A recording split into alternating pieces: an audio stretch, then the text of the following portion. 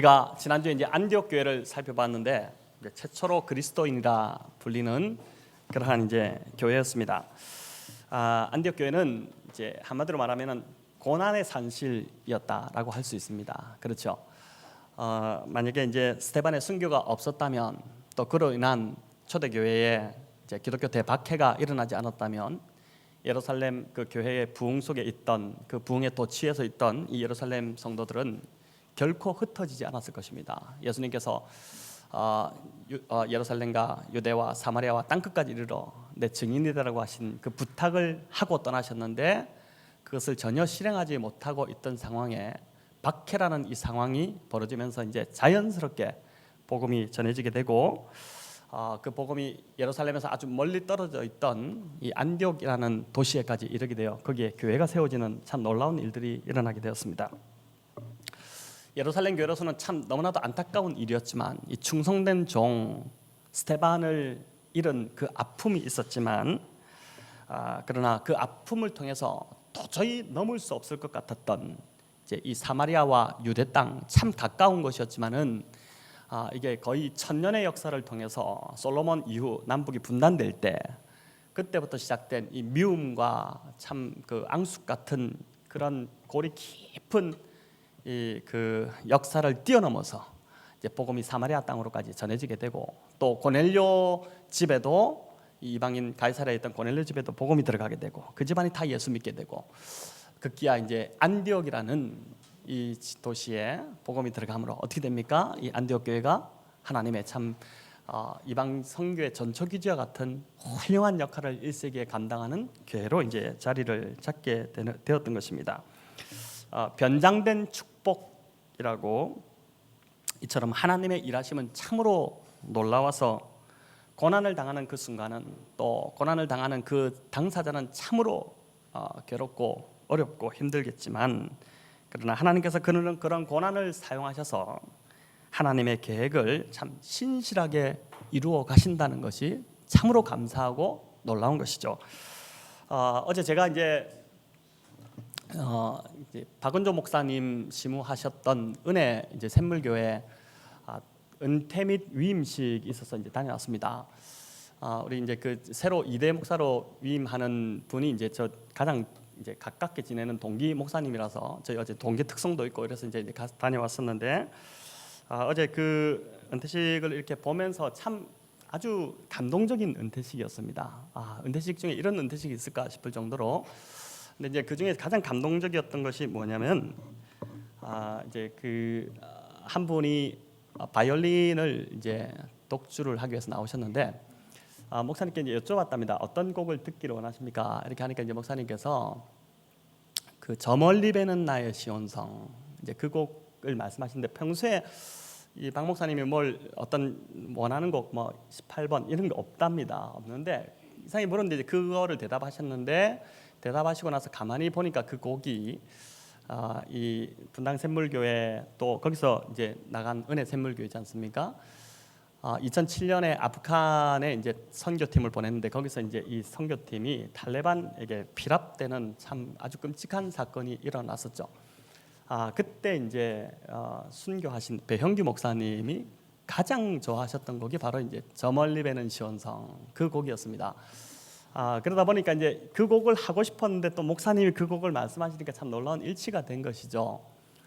그래 어제 이제 그거를 먼저 독주를 한 곡을 먼저 다른 곡을 하고 난 뒤에 함께 연주할 분이 있다고 하면서 이제 왜 1인이 이렇게 올라왔습니다. 올라왔는데 그 소개하는데 그분이 누구였냐면은 지금 이제 대학교 3학년이 된 배영규 목사님의 딸 이제 올라온 겁니다. 그 순교 당하실 당시에 초등학교 3학년이었죠. 저희 이제 은우 딱 그 나이 때 순교를 당하시고, 그 딸이 잘 자라서 어제 이제 연주를 하는데, 이 바이올린을 이제 함께 하는데 막 이게 좀 눈물 섞인 연주가 있었습니다. 너무 감동적이었습니다. 근데 참 이게 놀라웠던 것은, 어제 이제 박 목사님의 그 은퇴사가 대부분 이제 배 목사님의 그 이야기로 이제 이루어졌었는데, 그런 이야기를 하셨습니다. 배 목사님이 2007년에 순교하셨지만, 그러나 돌아보니까 오늘 이 자리에서 또 생각해 보니까 이제 순교하고 떠난 것이 아니라 교회에 함께 계속해서 지금까지 동력했다는 것을 알게 되었다, 이런 이야기를 하셨습니다. 왜 그러냐면은 이대 목사로 이제 새롭게 세워지는 윤만선 목사님이 배 목사님과 함께 이제 대학 CCC 순장 순원 관계로 이제 그렇게 돼서 기숙사에도 함께 살고 했던, 끌어주었던, 결국 이제 이 은혜 샘물교회에 설 수 있도록 도와준 이제 분이, 그 연결점이 바로 이제 배영규 목사님이셨고, 또 이제 어저께 이제 설교하셨던 무학교회 김창근 목사님이 제주 영락교회에서 부목사로 계셨고 또 담임까지 하시고 무학교로 올라오셨는데, 김창근 목사님이 부목사로 계실 때 이 배영규 목사님을 이렇게 제주 분이거든요. 영적으로 양육하고 키웠던 제자이기도 한. 그러니까 그 모든 것이 보니까 다 연결되어서 어제 이제 배지의 그 따님까지 앞에서 이제 연주하는 그 모습을 보았습니다. 제가 보니까 샘물교회는 2007년 당시 저희 서울영동교회도 굉장히 기도를 많이 했지만 하나님 살려달라고 그 기도를 했는데, 어쨌든 간에 이 고난을 통해서 이 교회가 굉장히 보석같이 단단해지는, 또 박 목사님도 그때 이후로 계속해서 물었던 질문이 배영규 목사는 순교했는데 하나님 나는 뭘 해야 됩니까? 이제 이 질문이 이분이 마지막 목회를 건강하게 마칠 수 있는 하나의 동력이었다, 이런 고백을 어제 하시는 것을 제가 들었습니다.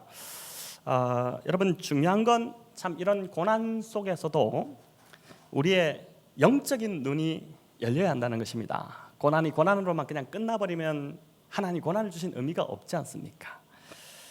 고난을 통해서 일하고 계시는 그 하나님을 보는 눈이 열려야 되고, 또 그 고난 속에서 하나님이 가지고 계시는 우리를 향한 그 계획을 보는 눈이 열릴 때 고난은 더 이상 고난이 아니라 정말 변장된 축복으로 우리에게 다가오게 된다라는 것이죠. 우리가 지난주 살펴보았듯이 복음이 이방 지역으로 힘있게 전파되는 가운데서도 예루살렘 교회는 극심한 고난 속에 이제 시달리고 있었습니다.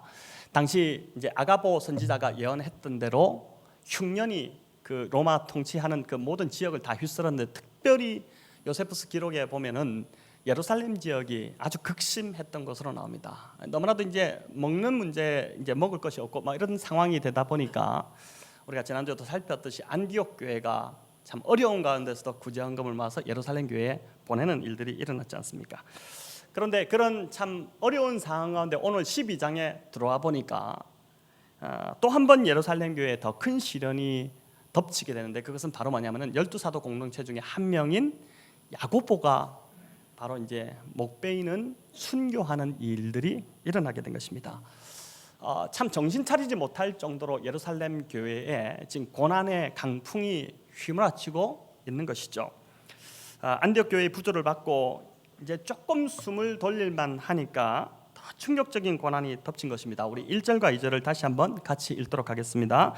그때에 헤롯 왕이 손을 들어 교회 중에서 몇 사람을 해하려 하여 요한의 형제 야고보를 칼로 죽이니. 자, 여기 이 헤롯은 여러분 그 성경에 헤롯이 많이 나오다 보니까 이 헤롯이 어떤 헤롯인지 참 헷갈리는데, 헤롯이라는 것은 이제 이집트는 파라오, 우리는 임금, 이렇잖아요. 왕을 지칭하는 하나의 호칭이죠. 근데 이제 예수님 당시에 예수님 태어날 때 통치하던 이제 그 유대 통치자가 헤롯 대왕이었고, 그 헤롯 대왕 밑에 이제 아들들이 있었지 않습니까? 대표적인 자가 이제 아켈라오, 또 안티파스, 빌립 이런 자들인데, 아켈라오 같은 경우는 이제 유대와 사마리아를 헤롯 대왕 이후에 유대 지역이 분할 통치가 되거든요. 분봉왕 체제로 되는 것이죠. 그렇게 하면서 이제 유대와 사마리아 지역을 다스렸던 왕이 이제 아켈라오라는 인물입니다. 여러분, 이 아켈라오가 얼마나 잔인했던 인물인지 성전에서 유대인 3,000명을 이제 학살시키는 그 역사적 이제 일이 있었습니다. 자, 예수님이 태어나서 이제 그 태어났을 때 2살 이하의 아들은 다 이제 죽이라는 헤롯 대왕의 명령이 있었지 않습니까? 그러자 이제 피신을 가게 되죠. 요셉과 또 마리아가 이집트로 이제 내려가지 않습니까? 거기 있다가 얼마 정도 있다가 이제 올라왔는데, 고향 어떻게 보면 이제 베들레헴이지 않습니까? 그걸로 와야 되는데 오지 않고 갈릴리로 가게 됩니다. 왜 그러냐면 그 당시 유대와 또 사마리아를 통치하던 인물이 아켈라오였기 때문에 이 아켈라오가 너무나도 두려워서 가지 못하고 갈릴리로 간 것입니다. 근데 이제 그 갈릴리를 다스렸던 안디바는 좀 나았을까? 아니요. 똑같이 이 집안 자체가 완전 이상한 집안이었습니다. 그러니까 이 안티파스는 누구를 죽인 사람입니까? 세례 요한을 목을 벤 사람이죠. 세례 요한이 이 안티파스의 너무나도 어떻게 말할까, 이제 결혼 생활에 너무 지저분한 결혼 생활, 이거를 이제 지적하다 보니까 그것에 괘씸해서 이제 목을 뱉던 인물이 이제 안티파스입니다. 자, 여기 나온 헤롯 아그리빠, 지금 오늘 야고보의 목을 벤 헤롯 아그리빠, 이 집안에 뭐 주특기가 목 베는 게 주특기인 것 같아요. 어떻게 집안 대대로 이 짓을 하고 있으니까 헤롯 아켈라오나 또는 안티파스의 조카뻘입니다. 근데 이제 이 아버지가 누구냐면은 헤롯 대왕의 아들들이 여러 명 있었는데 부인들이 진짜 많았죠. 그러니까 다 이복 배다른 어떤 형제들입니다. 그 중에 한 명이 아리스토블루스라는 인물이 있었습니다. 헤롯 대왕이 참 아꼈던 인물인데 그 아리스토블루스가 이 형제들 권력 다툼에서 암살되는 일이 일어납니다. 자, 그렇게 되자 그의 아들 이 헤롯 아그리빠, 오늘 본문에 나온 야고보를 죽인 아그리빠가 4살 때였는데 보니까 헤롯 대왕이 보니까 이 손자마자 죽어나가겠다 싶어 놓으니까 이제 급히 그를 안전한 로마의 황실로 이렇게 보내게 됩니다. 그래서 그 황실에서 이제 함께 왕족과 함께 자라나게 되죠. 여러분, 예수님 당시에 유대 땅을 통치했던 로마 황제가 누구냐면은 디베로라는 황제입니다. 우리가 갈릴리 바다를 디베로 바다라고도 부르는 이유가 이제 그 황제를 본따서 만든 건데, 티베레우스라는 황제였는데 이 티베레우스 황제 이후에 로마의 황제가 된 사람이 가이오스라는 인물이고, 그 가이오스 이후에 로마를 통치한 인물이 글라우디오 황제입니다. 여러분, 우리 성경에서 다 보았던 인물들입니다. 그런데 이 가이오스나 글라우디오가 이제 어릴 때 자랄 때 그 틈바구니에서 누가 자라느냐면 바로 이 헤롯 아그리빠가 함께 자라납니다. 친분이 굉장히 강력했겠죠. 어릴 때부터 함께 이제 소꿉친구하며 자랐으니까. 그래서 가이오스나 또는 이 글라우디오가 황제가 되었을 때 그 친분을 등에 업고 유대 땅을 통치할 수 있는 권력을 거머쥐은 자가 바로 이제 이 헤롯 아그리빠 1세라는 인물이었습니다. 오늘 이 야고보를 죽인 사람이죠. 자, 그가 이런 권력의 암투 속에서 자랐으니까 얼마나 눈치가 빨랐겠습니까? 그죠? 지금 저희도 눈치 빠른 분들이 이제 있는데, 이제 지금 이제 누구한테 줄을 서야 되면은 내가 살 수 있는지, 내가 누구 편에 딱 붙으면은 내가 정말 안전할지를 정말 본능적으로 어릴 때부터 터득했던 인물이 바로 이 헤롯 아그리빠였습니다. 자, 그럼 이 헤롯 아그리빠가 왜 야고보를 죽였을까요? 왜 가만히 있는 야고보를 이렇게 참수형을 시켰을까요? 여러분, 그 이유는 딱 한 가지입니다. 유대인들의 인기를 얻고자 했습니다. 유대인들이 지금 환심을 사고자 한 것입니다. 자, 그 이유는 뭐냐면은 당시 고넬료를 비롯해서 안디옥 교회가 이방인들이 막 유대인들 공동체로 들어오게 되고 그리스도인들이 막 일어나기 시작하자 어떤 일이 벌어지냐면은, 니네가 그리스도인이 되었다고 다 그리스도인이냐, 하나님 백성이냐? 아니다. 율법을 지켜야 되고 할례를 받아야 된다. 유대인들이 그걸 주장하고 들고 일어났죠. 그러다 보니까 안디옥 교회에서도 신학적 혼란이 막 일어나기 시작하고, 그러면서 이제 사도행전 15장에 가면은 예루살렘 공회가 열리면서 공식적으로 할례와 유대 율법을 지키는 것으로 구원받는 것이 아니라 예수 그리스도를 믿음으로 구원받는다는 그 결정, 정말 역사의 기가 막힌 결정이 그때 1세기 때 일어나게 되죠. 그래서 그때 그런 결정을 내린 핵심 인물들이 누구냐면은 바로 12사도 공동체였습니다. 자, 그러다 보니까 유대인들이 볼 때 눈에 가십니다. 저것들 다 죽여야 될 인물들이다, 이렇게 보인 것이죠.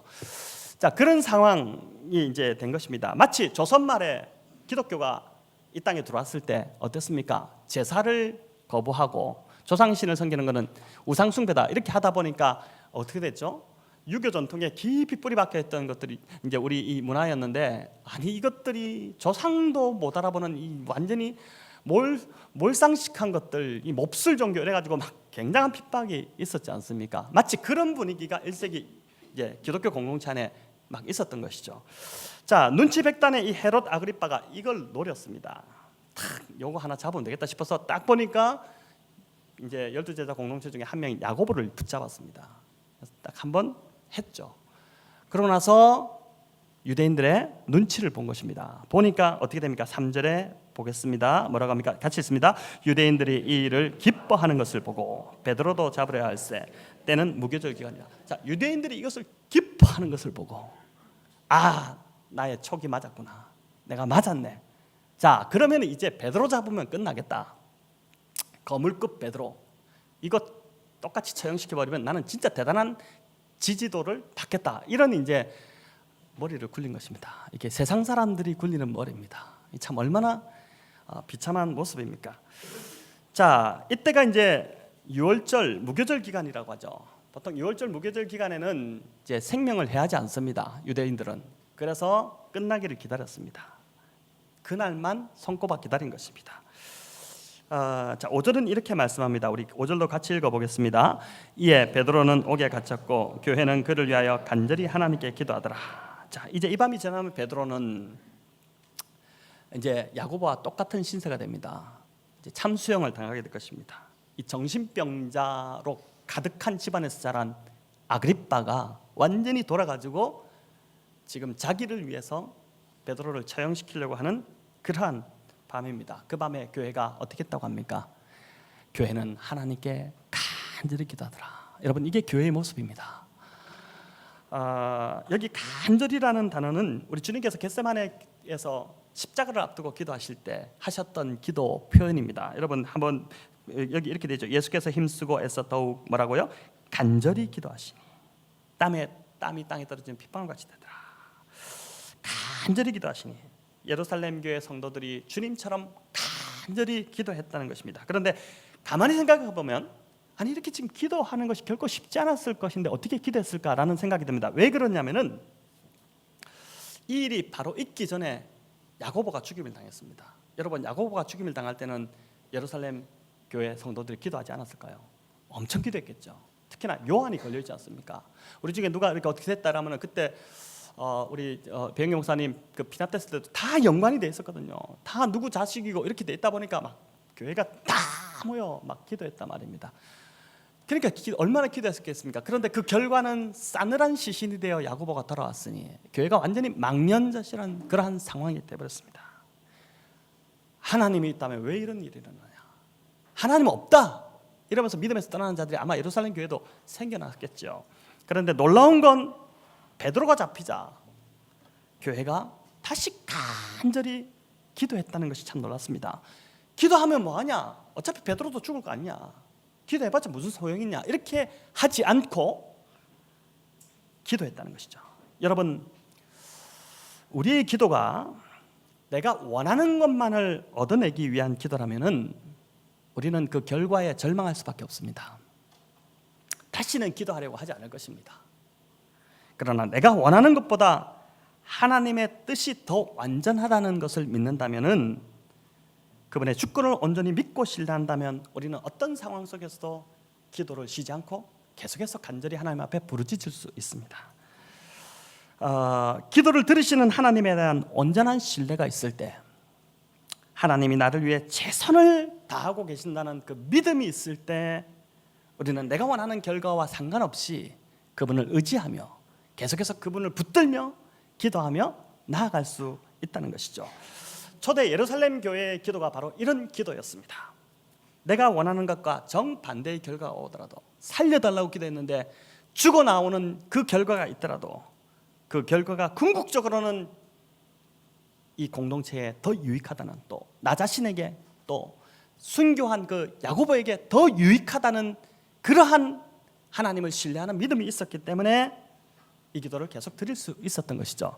여러분, 야고보가 풀려나기를 간절히 원한 교회의 기도가 응답되지 않았지만 하나님은 교회의 이 기도를 하나님 나라 관점에서 더 나은 방향으로 사용하셨다는 증거가 있습니다. 여러분, 당시 역사가 요세푸스라는 사람이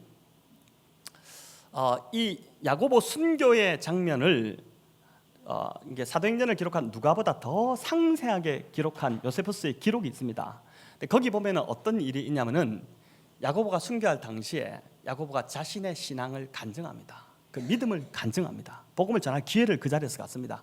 근데 그때 옆에서 경비를 서던 그 군인들, 군병들, 함께 이게 포박하고 있던 군병들이 그 말을 듣고 거기서 고꾸라지고 회심하는 역사가 일어났다고 합니다.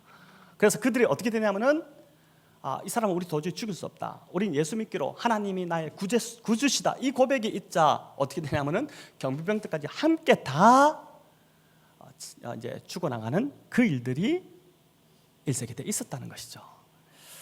여러분, 이것이 하나님의 역사인 줄을 믿습니다. 사실 따지고 보면요, 예수님의 12제자는 야고보의 그 형제였던 요한 빼고는 다 어떻게 됩니까? 순교당했습니다. 베드로는 십자가 거꾸로 죽고, 또 어떤 사람은 창에 찔려서 죽고, 어떤 사람은 돌에 맞아 죽고, 목 베어 죽고, 이렇게 다 12제자들이 하나같이 요한 빼고는 다 순교했습니다. 자, 그렇게 볼 때 시간적으로 좀 당겨졌을 뿐이지 야고보도 어차피 순교의 자리에 설 그러한 이제 인물이었지 않습니까? 그렇다면은 순교의 첫 스타트를 누가 끊느냐면은 야고보가 끊은 것입니다. 이게 얼마나 어떻게 보면 영광스러운 일이죠. 하나님 나라에서 12공동체, 제자 공동체에서 또 그 순교한 야고보를 힘입어서 더 남은 제자들이 정말 각오를 다지고 열심히 주의 나라를 위해서 달려갔지 않겠습니까? 그렇게 쓰임 받았으니 야고보의 죽음이 결코 헛되지 않다라는 것입니다. 자, 이제 6절부터는 옥에 갇힌 베드로의 모습을 보여줍니다. 당시 베드로는 성전의 북서쪽에 있던 안토니아 요새에 갇혔을 것으로 봅니다. 여러분 아마 제자반 하신 분들이 이제 대충 그림이 그려지실 것인데, 그 예루살렘 성전 안에 있던 안토니아 요새, 제자반 이제 1기가 거의 끝나갑니다. 2기 여러분 꼭 좀 많이 참석하셔서 놀면 뭐 하겠습니까, 그죠? 들으시기 바랍니다. 사복음서를 보는 눈이 많이 바뀔 겁니다. 네. 자, 베드로가 옥에 갇혔는데 경비가 보통 삼엄한 것이 아니었습니다. 4절을 보십시오. 군인 내식인 내패에 맡겼다고 합니다. 4사 어떻게 됩니까? 16, 16명의 지금 베드로를 위해서 16명이 지금 붙었다는 소리입니다. 근데 보니까 6절에 보면은 베드로가 감옥 안에서 두 군인 사이에서 지금 자고 있습니다. 결박당한 상태입니다. 마치 죄수가 도망가지 못하게 형사가 이제 죄수를 잡으면 어떻게 합니까? 수갑 자기 하나 차고 그다음 또 한 사람한테 이렇게 채우고 이렇게 해가지고 못 도망가게 한 것처럼, 당시 이제 감옥 안에 집어넣고도 그게 불안해가지고 이제 이게 없어지면 어떨까 싶어가지고 어떻게 합니까? 군사 둘이가 옆에서 쇠사슬로 팔을 서로 묶은 겁니다. 근데 그 틈바구니에서 지금 베드로가 자고 있다고 하죠. 최고 보안 등급으로 경비를 서고 있기 때문에 도망친다는 것은 불가능. 이건 정말 말도 안 되는 소리. 뭐 어떻게 나올 수 있느냐? 무슨 백을 쓰든지 아니면 돈을 뇌물을 쓰든지 이렇게 하면 나올 수 있는데 그것도 못하는 게 지금 누가 작정하고 베드로를 잡기로 결정한 겁니까? 최고의 통치자 헤롯 아그리빠가 지금 이것을 마음을 먹었는데 이 마음을 누가 바꾸겠습니까? 돈을 준다고 바꾸겠습니까? 아니거든요. 철저하게 계획된 하나의 포박이었습니다. 자, 이 상황에서 보니까 베드로가 두 군인 틈에서 쇠사슬에 묶여서 자고 있습니다. 자, 메시지 성경은 베드로가 아기처럼 잘 잤다 이렇게 표현하고 있더라고요.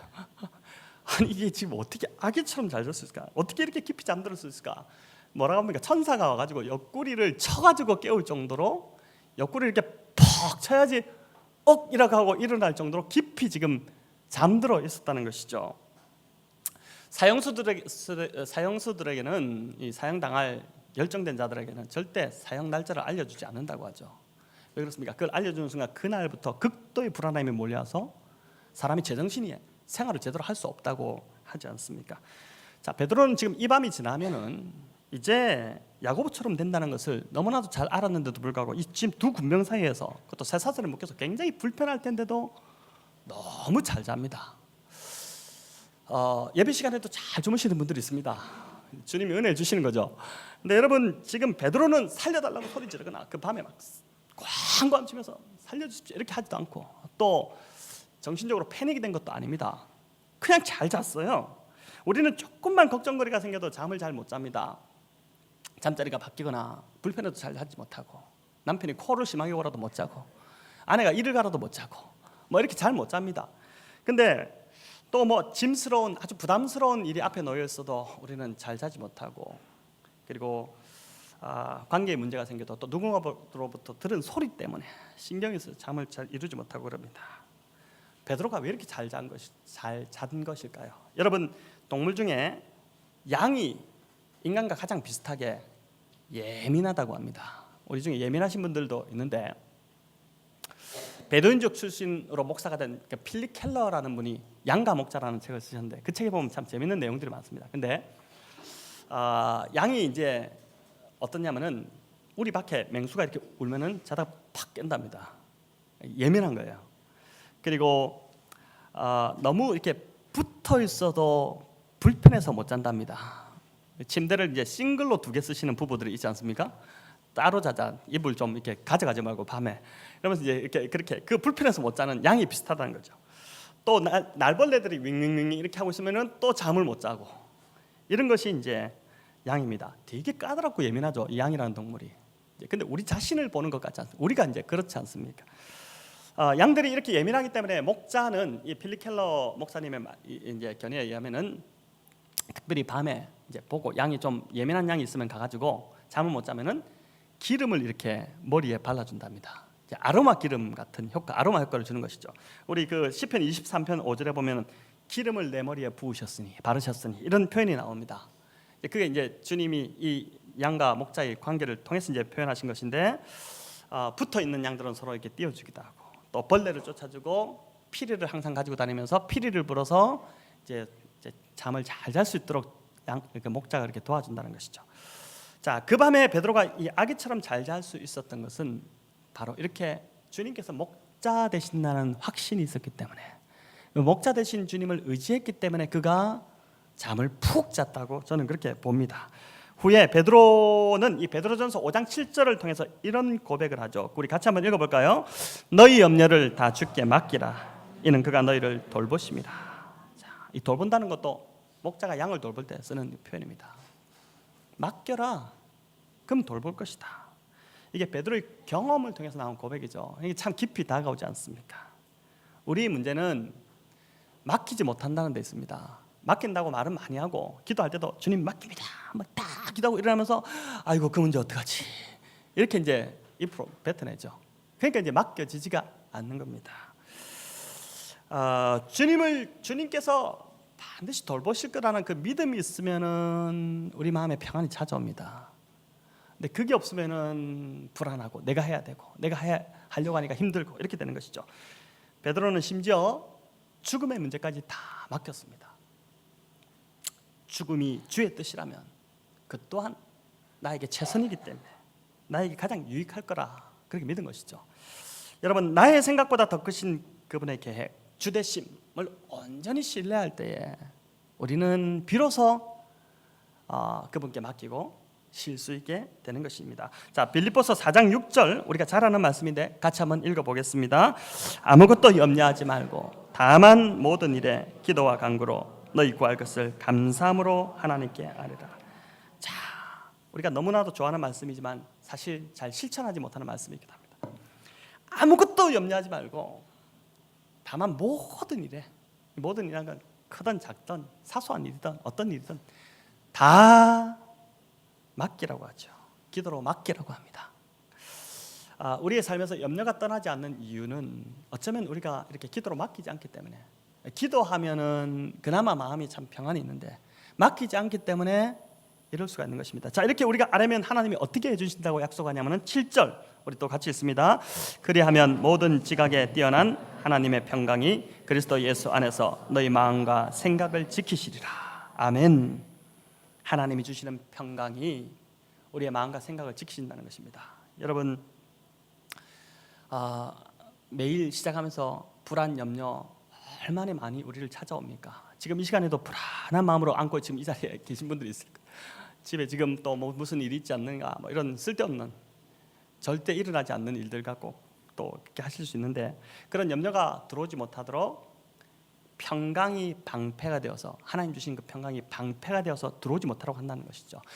하나님 평강이 우리 안에 이렇게 가득 차 있으면은 진짜 염려가 들어와서 자리를 잡지 못합니다. 근데 이 평강이 없으면은 어떻게 되냐면은 염려가 어느 순간에 들어와서 우리를 또 짓누르게 되는 것이죠. 여러분, 2017년 8월 19일에 세계를 떠들썩하게 만들었던 뉴스 보도가 있었습니다. 북한에 2년 6개월간 또 좀 그 이상 좀 더 되는 것 같은데 이제 억류되었던 우리 캐나다 큰빛교회 이면수 목사님께서 갑자기 석방되었다라는 보도가 나면서 이제 그분이 비행기에서 내리는 장면부터 해서 보도가 이제 크게 났습니다. 이번에 캐나다 시민권자다 보니까 캐나다 이제 공영 방송에서도 이것을 굉장히 크게 이제 보도를 했었죠. 임현수 목사님이 우리 임현우 전도사님하고 이름이 좀 비슷하긴 하네요. 네, 임현수 목사님이 이 캐나다에서 한인 목회를 굉장히 잘하신 분입니다. 수천 명의 성도를 외국 한인 목회 교회가 이렇게 많은 성도가 있다는 건 참 진짜 굉장히 잘하는 거거든요. 근데 그분이 그뿐만 아니라 정말 알려지지 않게 북한을 많이 도우셨습니다. 여러분 북한 선교한다고 하는 교회들 보면 생색내기가 많습니다. 막 자기 이름 내고 사진 찍고 막 자기 교회 나오고 이렇게 하는데 그거 전혀 하지 않고 정말 조용히 도우셨는데 북한을 이번에 95년에 시작해서 97년부터 이제 북한 들어가기 시작했는데 150회 잡히기 전까지 한 150여 회를 북한을 드나들었던 분입니다. 무사증 이제 그걸 받아가지고 그냥 이렇게 북한을 통과했던 분이죠. 근데 이분이 북한에 이제 구가 207개 구가 있다고 하는데 그 구를 거의 다 이렇게 샅샅이 다 돌 정도로 참 열심히 하셨는데 그동안 북한에 쏟아부었던 돈만 해도 550억이 가까운 돈이었습니다. 여러분 이 참 한 교회 물론 이제 여러 단체들을 통해서 여러 NGO들을 통해서 이제 다 받아서 이렇게 사업도 세우고 했겠지만은 그 참 불가능한 일이지 않습니까? 근데 그 일을 하셨던 것이죠. 물론 돈을 절대 주지 않았습니다. 달러도 주지 않았습니다. 그렇게 주면 다 고위급에 다 그들이 다 뒷돈으로 다 챙기기 때문에 철저하게 주되 옥수수 양식을 사서 줬습니다. 그래야지만이 못 먹는 자들에게 그게 돌아가기 때문에 그렇게 한 것이죠. 이번에 참 여러 가지 사업들을 참 많이 했는데 한 번은 2,000명이 넘게 들어가는 목욕탕을 지어달라 해가지고 무슨 목욕탕 2,000명 넘게 들어가는 목욕탕을 지어달라는지 그것도 지어졌답니다. 그리고 또 우리 뭐 입양 이렇게 많이 하는데 1,350명의 아이들을 입양해서 그 아이들을 먹이고 입히고 재우고 물론 다 연결하고 이렇게 교회 연결하고 하는 거겠죠. 그렇게 해서 비타민 주고 애들 건강 회복시키고 처음에 95년 이때만 들어가도 너무 많은 아이들이 죽어나가는 것을 눈앞에서 이렇게 목도한 것이죠. 여러분 지금 북한의 평양에 보이는 그 매체들은 거의 북한의 거의 소수 3% 정도의 모습이랍니다. 아직도 대부분은 참만이 너무나도 힘들게 지금도 순교가 일어나고 있고 그러한 것이 지금 북한인 것이죠. 이분이 이렇게 엄청난 도움을 주었음에도 불구하고 미국에서 한 교회에서 이제 설교하던 중에 잠시 북한 체제를 비판하는 설교를 했는데 그거를 해커들이 계속 이분을 노리고 있다가 딱 잡은 겁니다. 그래가지고 그걸 갖고 이제 북한에 좀 들으라고 그때 한참 바빠서 못 들어가고 있는데 하도 들으라고 해서 도와달라 해서 들어갔다가 바로 잡힌 겁니다. 그래서 이번 재판을 받고 강제 노동 종신형 이제 종신형인데 매일 노동을 해야 되는 그 이제 된 겁니다. 처음에 사형에 이렇게 판정받다 바뀐 것이죠. 얼마나 억울하겠습니까? 여러분 생각해 보십시오. 뭐 안 했으면 몰라도 정말 소리 소문 없이 550억을 쏟아보면서 북한을 얼마나 많이 먹여 살렸는데 그렇게 됐으니 자 오늘 본문에 보니까 베드로를 지키기 위해서 몇 명이 지금 동원됐습니까? 16명이 동원됐는데 이분은 이야기 들어보니까 감옥에 갇혔는데 50명이 자기를 밀착 경호하더랍니다. 감방 안에도 CCTV가 설치돼가지고 계속 24시간 감시하는 겁니다.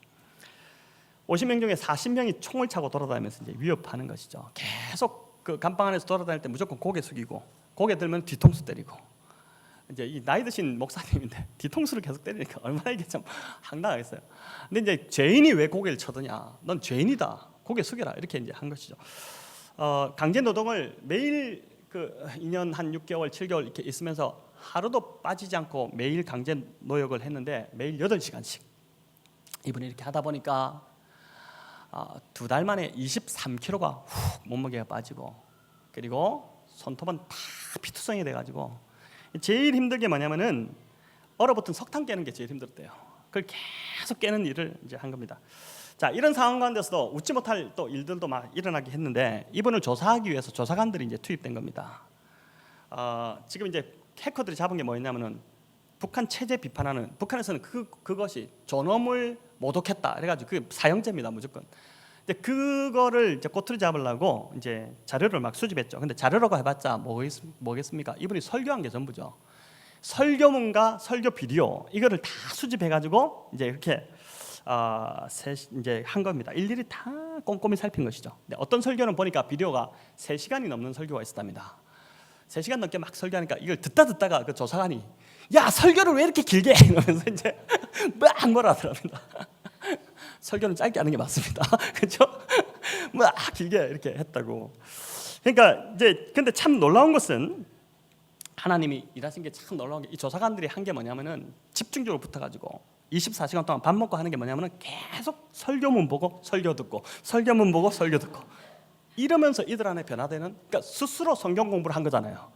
누가 시키지 않았는데 스스로 성경 공부 막 하는 격이 돼가지고 이들 안에 변화가 일어나는 역사가 일어났다는 거죠. 이게 하나님 하시는 일이죠, 여러분.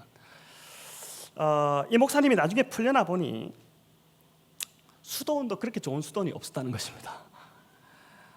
이분이 이제 사실은 그 한참 매너리즘에 빠져 있을 때, 그때 이제 내가 수도원 좀 가야겠다. 중동 쪽에 있는 수도원을 가려고 마음 먹고 있을 때 하나님께서 중동 수도원이 아니라 북한 수도원을 이렇게 집어넣은 겁니다. 근데 이 수도원과 북한 감옥이 비슷한 점이 참 많았다고 이분이 고백하는데, 이제 이런 얘기를 하죠. 수도원도 노동하고 감옥소도 노동한다. 감옥소 노동이 좀 더 강도가 있죠. 또 수도원도 밥이 시원찮고 감옥도 밥이 시원찮다. 얼마나 밥이 시원찮은지 저희도 어릴 때 저도 막 그렇게 많이 했던 기억이 있는데 밥을 씹다가 돌 씹는 경우가 많았잖아요. 그죠? 돌 골라내고 먹고 이렇게 했잖아요. 근데 북한 나오는 밥이 완전 돌투성이, 물을 부어서 돌을 깔아앉히고 골라 먹어야 될 만한, 그래도 다 골라 먹고 이렇게 했다. 배고프니까 먹어야 되죠. 여러분, 감옥은 펜도 없고 종이도 없고 아무것도 없습니다. 성경도 10개월 뒤에 넣어줬답니다. 얼마나 반갑던지 성경이 참. 그래서 계속 성경을 읽었다는 거죠, 여러분. 근데 석탄을 깨면서 이분이 종이 펜 없으니까 무조건 머리로 외운 겁니다. 하고 싶었던 조기 은퇴하셨는데 조기 은퇴하기 전에 하고 싶었던 사역이 뭐냐면은 비전이 선교사를 100만 선교사 파송하는, 지금 전 세계적으로 40만 선교사가 나와 있습니다. 근데 이게 지금 인구 증가율로 볼 때 모자라요. 우리도 지금 이제 계속 교회가 선교사 파송에 더 힘을 좀 써야 되는데, 선교사를 계속 파송시키는 그 비전을 가지고 이제 좀 학교를 만들어야겠다. 그렇게 했는데 캐나다에서 목회하면서 도저히 시간이 안 되더래요. 그걸 할 수 있는 시간이 안 되는데 하나님께서 강제적으로 북한으로 집어넣으셔가지고 감옥소에서 종이 펜이 없으니까 계속 암기하는 겁니다. 그래서 이분이 그렇게 해서 강의안을 만들게 700편을 만들었대요. 자, 예를 들어서 뭐 충성, 온유 이러면 거기에 대한 줄줄줄줄 석탄 캐면서 계속 하는 게 머릿속으로 그걸 이제 암송하는 거예요. 어떻게 하면 뭐 충성하면은 주제, 대지 몇 개, 거기에 맞는 말씀 어떻고 이렇게 하면서 계속 묵상하면서 암송하다 보니까 700편이 그냥 이렇게 나오게 되었다는 것이죠. 또 그 선교사 훈련 학교도 명칭도 거기서 기가 막히게 하나님 주셔서 그걸 다 받아갖고 나온 겁니다.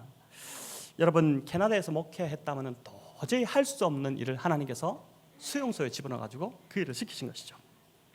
이분이 깨달은 진리 맞구나. 이전에 옛 어른들이 했던 말, 돌에 새긴 것은 절대 지워지지 않는다. 머리에 계속 암송으로 세웠던 것이 그냥 이제 다 된 겁니다. 가장 충격받은 분이 누구겠습니까? 사모님이겠죠. 그렇지 않겠습니까? 갑작스럽게 북한을 떠나고 한 3주간 함께 갔던 선교사님 들어가지고 조금 일이 있어서 한 3주 정도, 뭐 에볼라인가 그때 당시 그게 있어가지고 3주 뒤에 나올 겁니다. 이렇게 했는데 3주 뒤에 이제 억류됐다는, 또 북한 재판한다 이런 소식이 들리면서 덜컹한 거죠. 그래서 이분 너무 이제 마음이 힘드니까 이제 그냥 평소에 가던 대로 본당으로 달려갔습니다. 본당에서 기도하고 기도도 안 나오고 눈물만 흘고, 남편이 막 보고 싶을 때 눈물만 흘고 이렇게 되는데, 그때 하나님께서 이분한테 이런 마음을 주셨습니다. 내가 네 남편 북한에 보냈다. 절대 두려워하지 마라. 염려하지 마라. 염려하지 마라. 내가 함께하고 있다.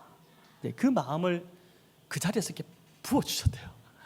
근데 그 순간에 어떤 일이 벌어지냐면 하늘에서 마치 바구니가 이렇게 있는데 그 바구니에서 평안이라는 것이 자기한테 가슴으로 확 쏟아지는 그 느낌을 받았는데, 진짜 이분이 거짓말같이 그 이후로 석방대가 나올 때까지 한 번도 염려하지 않았던 겁니다. 하나님이 하시겠구나, 하나님이 하신 일이구나, 하나님으로부터 말미암았구나, 이게 이제 이분이 경험되면서 그렇게 염려하지 않았다는 것이죠. 여러분, 오히려 남편이 갑자기 석방돼서 나왔잖아요.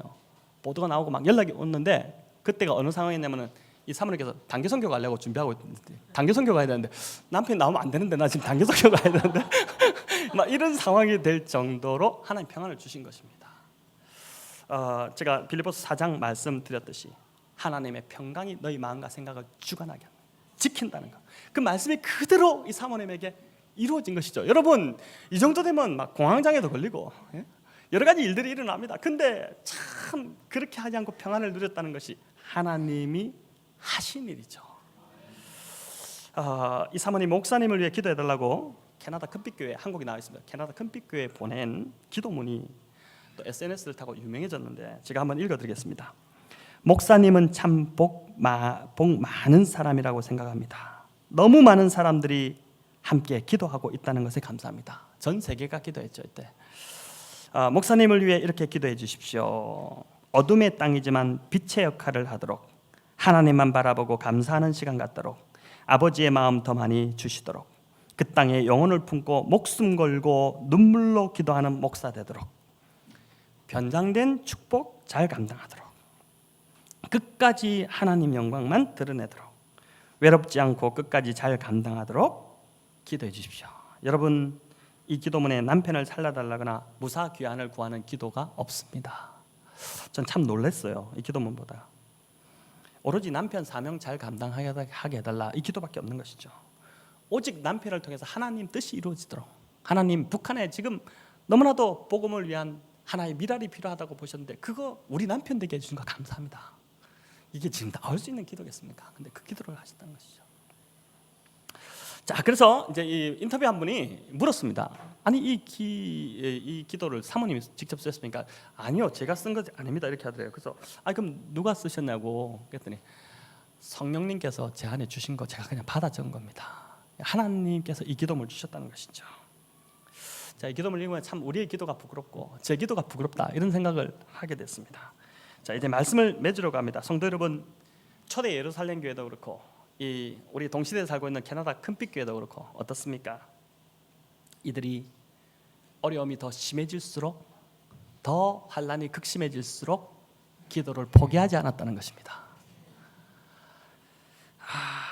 오히려 상황이 더 힘들어질수록 그들은 하늘을 향해 더 손을 뻗었습니다.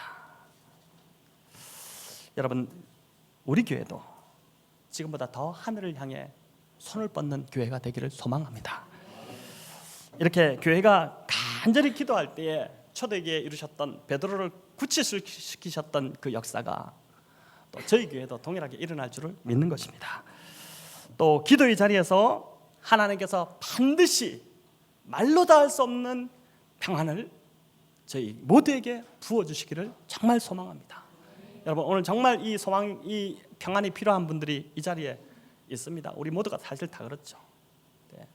정말 하나님이 하늘 문을 열고 그 평안을 우리 마음 가운데 막 쏟아 부어줘서 우리가 정말 상황은 너무나도 어려운데 왜 이렇게 내 마음에 요동하지 않는지, 평안이 있는지, 여러분 그런 저희가 되기를 정말 바랍니다.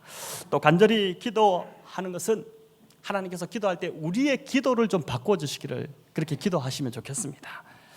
내 뜻, 내 바람, 내 원함, 하나님 그것이 이루어지도록 해주십시오. 이 기도가 아니라 하나님의 주권을 신뢰합니다. 내 뜻보다 더 크신 하나님의 그 계획을 신뢰합니다. 이 일을 통해 하나님 이루실 그 계획을 이 고난을 통해서 온전히 이루어 주시옵소서. 그렇게 우리가 좀 기도하면 좋겠습니다. 우리가 원한다면은, 우리가 그렇게 원해서 기도하면 성령께서 우리의 기도를 바꾸실 줄을 믿습니다.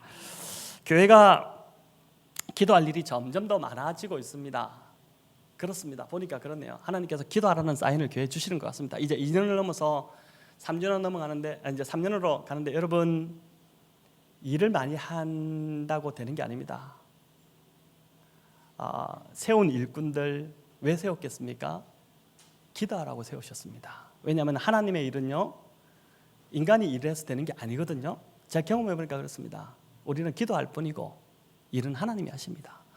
그래서 세워진 자들 기도하라고 세우셨습니다. 여러분, 베드로가 이 갇힌 감옥, 사람의 힘으로 이건 정말 풀 수 없습니다. 인간의 힘으로 불가능한 상황, 그 상황에 하나님이 개입하시는 것이죠. 그래야 하나님이 하신 것이 되는 것이죠. 저와 여러분 지금 불가능한 상황을 만났다면은 이제는 하나님이 하실 때라는 증거입니다. 그때가 되었다는 뜻입니다.